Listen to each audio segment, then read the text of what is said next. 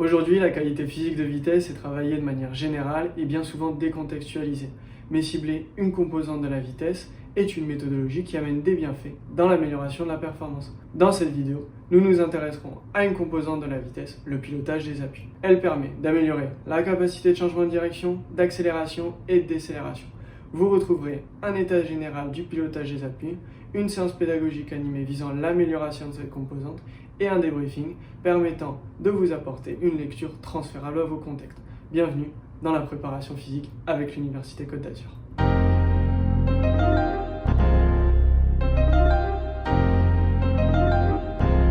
Le pilotage des appuis correspond à l'optimisation de l'utilisation des appuis digitigrade et plantigrade et de leur transition. L'appui plantigrade est caractérisé par l'utilisation de la face plantaire du pied et intervient principalement dans des phases freinatrices plutôt brusques et dans du maintien de vitesse via du déroulé de pied. L'appui digitigrade, quant à lui, va plus utiliser l'avant-pied et du coup va arriver dans des patterns de propulsion. En plus de ces facteurs, nous allons avoir d'autres facteurs qui vont intervenir dans le pilotage des appuis, comme la fréquence d'apparition des appuis, la vitesse de leur pose, que ce soit au sol et la vitesse de déplacement, mais aussi et surtout, il ne faut pas l'oublier, l'orientation des appuis quant à l'angulation du changement de direction. Les changements de direction font partie intégrante de notre contexte, étant donné que nous travaillons avec un basketteur évoluant en semi-professionnel. On n'est pas sans savoir que dans le basket, dans ce sport, les changements de direction sont prédominants puisqu'il y en a entre 800 et 1000 lors d'un match de basket, ce qui représente environ 30% de la totalité des déplacements. De plus, ces déplacements sont souvent décisifs et mènent à des actions de panier ou de passes décisives. Nous les retrouvons sur des démarquages, des replis défensifs, de la contre-attaque, des systèmes de jeu placés ou des phases rapides de jeu. Le poste 1 a beaucoup plus de changements de direction à faire par rapport aux autres joueurs. Il est vrai que les actions défensives sur le porteur de balle, les courses sans ballon, ainsi que les démarquages augmentent le nombre de changements de direction du meneur de jeu. Ce type de déplacement est d'autant plus important dans notre contexte puisque le coach demande une défense tout-terrain sur 40 minutes, ainsi qu'un jeu offensif basé sur le demi-terrain. Pour planifier ce travail, on se retrouve avec une séance avec peu de volume mais une intensité variable selon le niveau de maîtrise. Si on cherchait à venir la placer dans le système cadran, on la placerait en zone 2. Au vu de ces informations, nous placerons la séance en début de semaine à J-4 du match afin que les athlètes se retrouvent dans des meilleures dispositions et dans un état de fraîcheur optimal. Pour la planification, il faut intégrer cette composante de manière progressive après avoir validé et intégré les prérequis qui vous seront annoncés en fin de vidéo. Dans sa globalité, les changements de direction sont donc omniprésents dans ce sport et dans toutes les actions de jeu. Avant de se lancer dans une programmation ou dans une succession de mise en place de séances, il est important d'évaluer le niveau de base de notre sportif. Pour cela, nous utilisons le Lane Agility Test qui nous permet de récolter une donnée quantitative à travers un chronomètre ou des cellules photoélectriques qui nous donnent le temps de passage du test, mais aussi des données qualitatives en filmant le test où nous pourrons regarder la pose des appuis et leur efficacité sur des facteurs de fréquence, d'orientation ou encore de vitesse, que ce soit au sol mais aussi de déplacement. Et nous pourrons aussi regarder la qualité des appuis, qu'ils soient digitigrade, plantigrade et la transition entre les deux. En ayant ce test et en prenant les données qualitatives et quantitatives, nous pourrons créer un programme d'entraînement fiable et adapté à notre sportif. Il est important de garder en tête qu'avant de commencer à partir sur ce genre de travail, il est nécessaire de se mettre dans des conditions optimales et donc de travailler sur un fond de fraîcheur pour une disponibilité mentale et physique optimale. De plus, il est important de garder la même surface de pratique habituelle pour limiter le risque de blessure et favoriser la transférabilité des adaptations. Également, la progressivité doit être respectée au niveau de l'engagement au sein de la séance, mais également au sein de la planification de manière générale. Enfin, tout comme la pliométrie, il est nécessaire d'avoir des bases musculo-tendineuses solides, que ce soit sur les niveaux de force développés en concentrique, en excentrique, mais également une rigidité tendineuse suffisante et enfin un gainage bien développé. Dans la partie suivante, vous retrouverez une séquence mise en place sur le terrain permettant d'améliorer le pilotage des appuis. Donc là, on va partir sur l'exo en ligne droite, donc ligne. Je vais te demander, là, on va commencer à appréhender les changements de direction. Donc, je vais te demander au niveau de chaque flow, de venir tranquillement, de s'arrêter au niveau du flow. Un appui fort, un autre appui fort qui sort de l'axe. Et là, on roule. Ok, on repart. Ce que je veux ici, c'est au son aussi, un appui fort, on doit l'entendre, autre appui fort, je reviens, je reprends. Ok ? Bien marquer une petite pause pour sortir et pour revenir.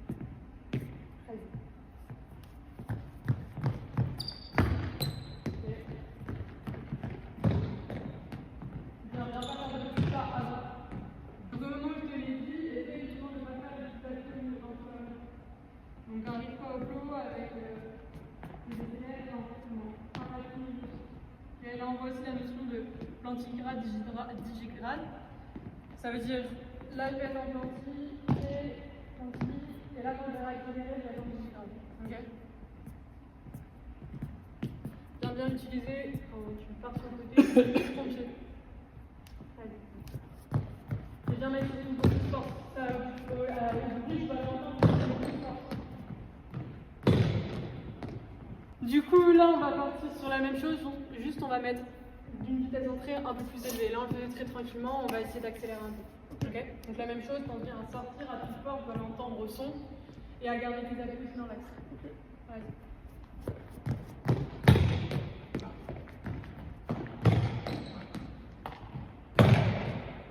Donc là, on va faire un petit exercice d'introduction pour après partir sur un slalom.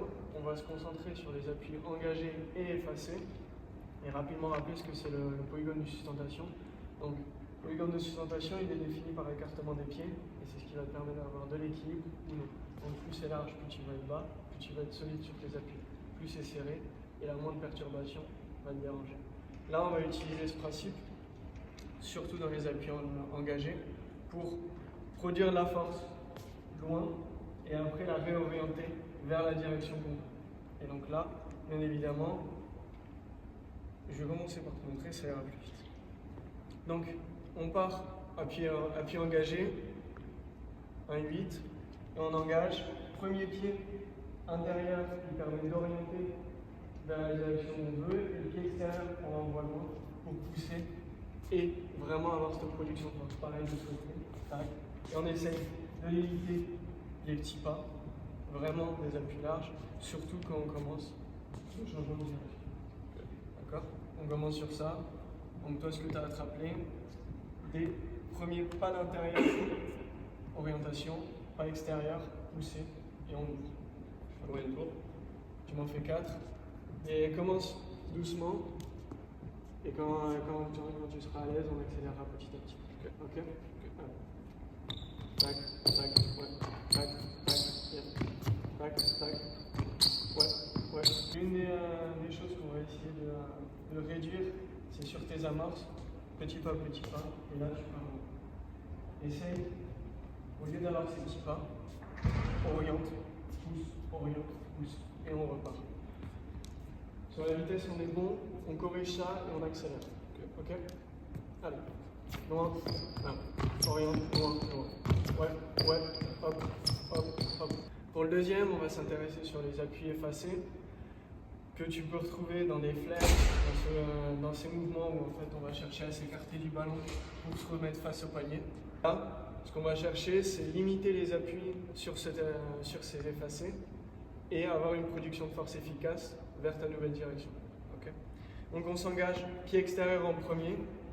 Je veux un grand écart entre ces deux-là, une ouverture, et là, après on réoriente directement.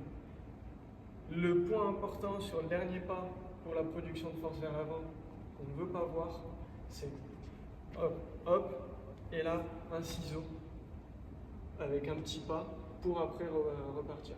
On cherche vraiment grand appui et ici directement la propulsion vers l'avant. Ok? Pareil que la première version, doucement, maîtrise, on accélère. Allez, ouverture, tac, super. Tac. Ouais. De ce côté, c'est fluide. Et ici, quand tu fais ton amorce, tu as une tendance à arriver, sauter, t'affaler, et après chercher au haut. Ok, reste devant. Et après, l'ouverture sera plus simple. Ok. Allez, hop. Ouais, toujours large sur les appuis. Ouais. Donc, l'objectif de cet exercice, c'est de réintégrer tout ce qu'on a fait depuis le début, donc sur du changement de direction avec un slalom. Ce que je veux en critère de réussite, c'est ce qu'on a fait au début avec l'exo de la ligne droite. Je veux qu'il y ait un pied à chaque fois qui sort très fort pour aller chercher de l'autre côté. On essaie de limiter les petits appuis et de garder une course correcte. Pour l'instant, tu commences à vitesse lente et tu fais le slalom normalement. Vas-y, quand tu veux.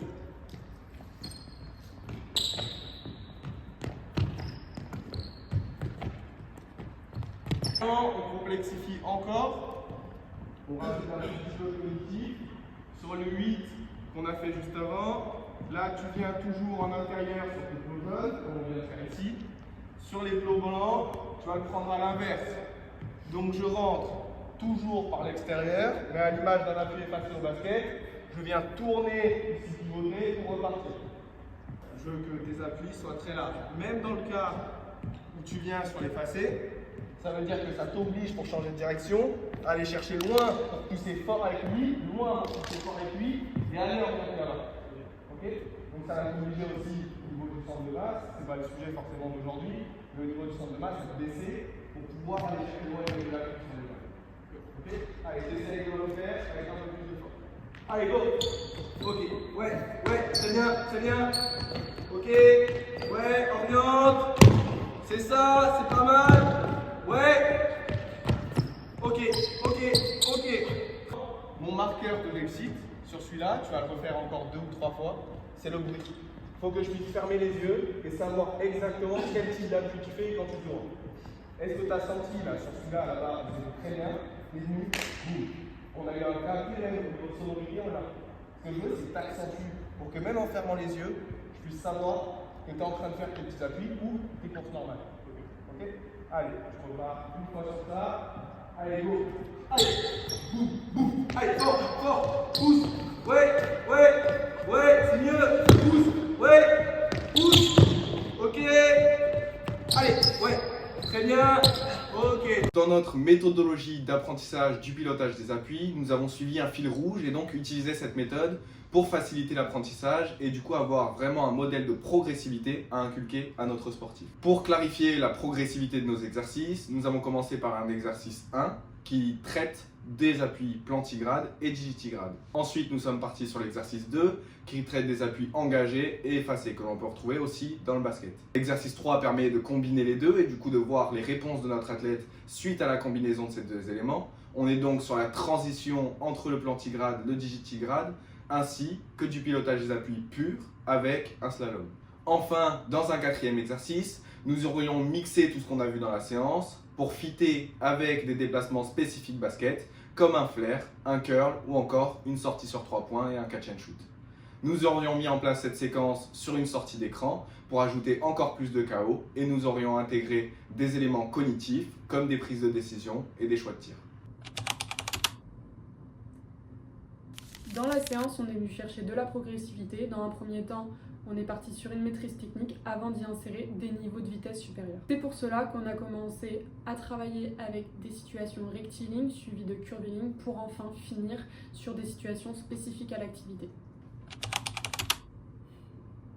Dans un premier temps, notre regard est porté sur la qualité du mouvement et donc la maîtrise des facteurs techniques. Ensuite, nous jouerons sur le curseur de l'intensité en limitant le volume pour permettre à l'athlète de maintenir les intentions demandées tout en respectant les consignes techniques qui lui sont attribuées et imposées. Dans un dernier temps et dans un but de perfectionnement, nous pourrons intégrer les facteurs techniques acquis dans un modèle quantitatif pour jouer sur les facteurs de fatigue.